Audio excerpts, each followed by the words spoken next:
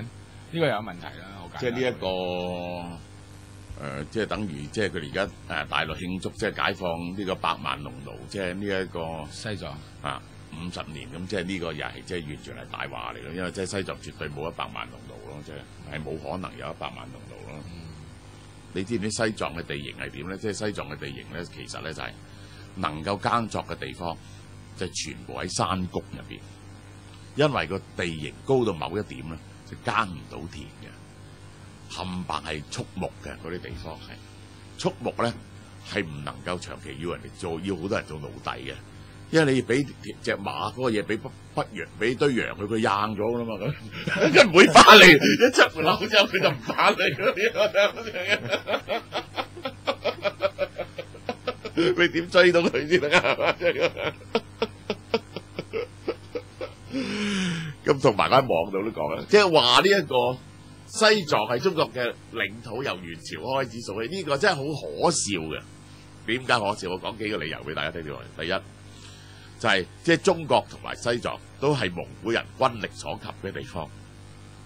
喂，即係呢一個而蒙古自己而家依然有個國家，就叫做蒙古人民共和國。理論上可以復國㗎，可以復國㗎。如果有蒙古復國主義就打起上嚟㗎。又有主權。佢蒙古仲係有個國家喎，嗰度大鑊。收復大帝國咁，你真係打得好大鑊㗎。咁啊，呢個第一點啦。話你一數喂元朝，唔好講話4大汗國島，就係其他直接 under 北京嘅地方。都包括晒成個中亞，包括晒朝鮮，包括晒越南呢一個柬埔寨啊嗰啲地方，冚唪唥數晒落去㗎。唔係，我覺得呢個就根本係反智嘅。咁如果鄂圖曼大帝國話要收翻晒以前啲，咁土耳其咪好發達，即刻 claim 咯。喂，君士坦丁堡為開始，東羅馬帝國喂大佬越搞越麻煩。俄羅斯又話可以要翻阿拉斯加。係咯，咁啊呢個已經即係蒙古人當唔當係中國人咧？即係係中國人可以 claim 元朝嘅疆土咧？呢個已經係大問題啦。第二，元朝嗰陣時咧兵臨西藏，西藏接受咗元朝嘅命令，你明唔明啊？其實就係一個咁樣嘅關係，元朝同西藏。好啦。我就算你俾你講呢樣嘢成立，到咗明朝已經完全唔成立，根本由元朝亡直至到乾隆400年，中國係對西藏係完全冇宗主權，冇宗主權，亦都係冇呢個領土權。你抄晒成個明史，所有明朝嘅筆記，係從來冇一個人話過西藏係明朝嘅領土。明史一開頭就話明朝嘅領土。就係包括咗13部姓師同埋遼東嘅都師，呢個就係明朝嘅領土。連越南都打唔到嗰陣時，你知唔知啊？明朝聲明自己嘅領土就只係得咁多，你知唔知啊？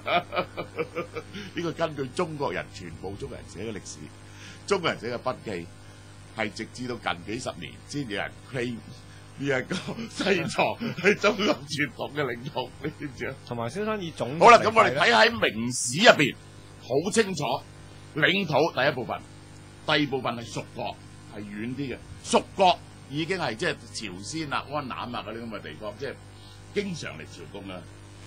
喂，屬國之後先至到西域，你知唔知啊？即係個關係之疏遠，西域最拉尾先係西藏，西藏嚟嘅。係因為嗰個成本太高啊嘛，你要嗰度嚟做咩啫？個成本太高，冇同你話頭都冇嘢種嘅。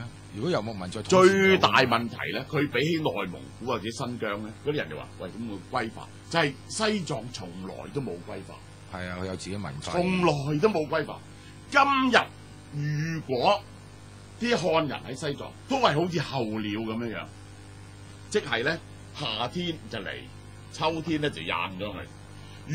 如果北京政府唔長期津貼嘅話，其實喺西藏嘅領土90幾個% 係藏人，漢人只能夠住喺大都市入邊，只能夠住夏天、秋天。你知唔知啊？佢冇辦法適應個高原。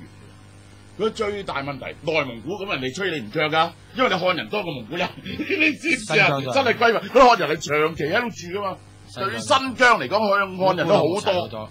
烏魯木齊你明唔明啊？漢人多過。喂，大鑊啦！西藏一唔拎錢去就硬晒㗎啦，啲漢人根本全部係唔係啲漢人唔想喺度生活啊嘛，漢人冇乜難喺度生活嘅，嗰個藏族同胞嗰個紅血球含量係同埋漢人唔同嘅。去到係咁樣，多啲通分 DNA 都改埋，係唔奇噶，老共可能真係會搞啲基因工程都唔奇。咁嗰陣時啊，即係死咗嗰個超生，咪去過尼泊爾白雪山飛狐咯。嗰時喺街市去拍張，佢去到呢一個加多滿都咧，加多滿都係仲唔係可以拍到嗰種狐狸叫雪飛狐啊嘛？咁佢再要搭飛機搭小飛機上山去到嗰度地方咧，就係、你知阿叔啦，即係咁樣。咁佢去到嗰度都要叫雞，佢發現咧嗰度咧即係得一隻雞嘅，即係咁樣。咁佢就去睇下嗰隻雞，啲人喺度排隊喺度叫雞，結果佢冇辦法叫，點解咧？嗰隻雞咧，即係周身都係虱乸，同埋啲頭髮一餅餅，同埋去到咁高好危險㗎，做呢樣嘢體能消耗好大。係啊，唔係最 Q 大鑊咧！佢話有一次大雪飛機唔飛得佢翻去加多滿都，跟住話俾佢聽騎6日馬，佢已經死啦，唔會過去啦。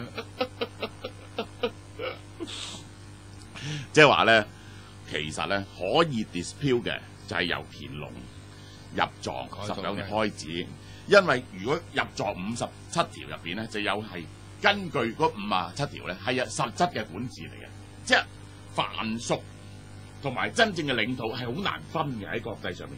喺呢一個民國已經揾晒國際法嘅專家嚟到拗，乜嘢叫藩屬，乜嘢叫領土，就係睇你能夠管佢管到 Q 到乜嘢程度嘅啫。而西藏嘅問題咧，喺乾隆17年入藏刻咧，佢就有50幾條，佢管治方法乜嘢權都係北京嘅，咁就似乎係領土，但係實際上冇執行喎，佢連工人都冇嘅啫嘛，係點解拉薩？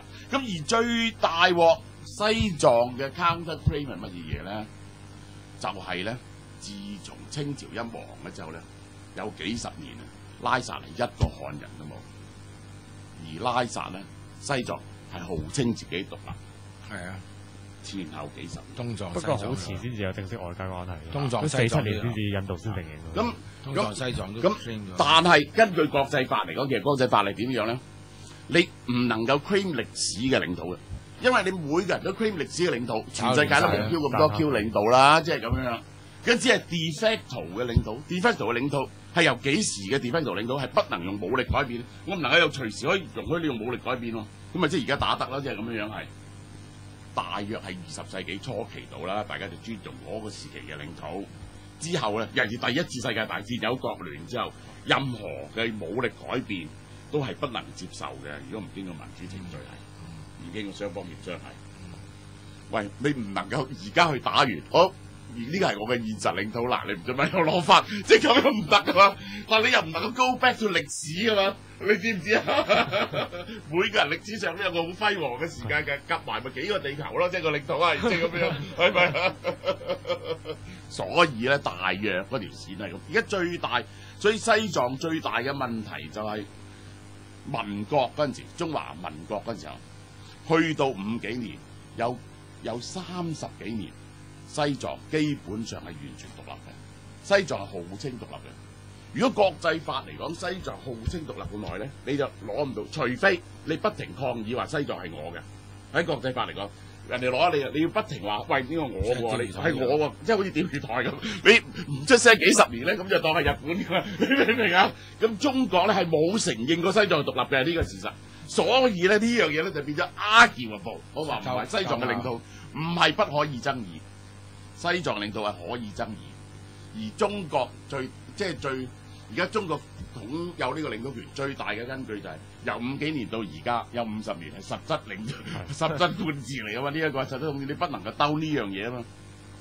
咁但係咧就絕對咧係唔可以由元朝開始 claim 起，由元朝開始 claim起咧嗰個係笑話嚟嘅，基本上。唔係，所以蕭生，所以蕭生用你嘅講法咧就係藏獨運動。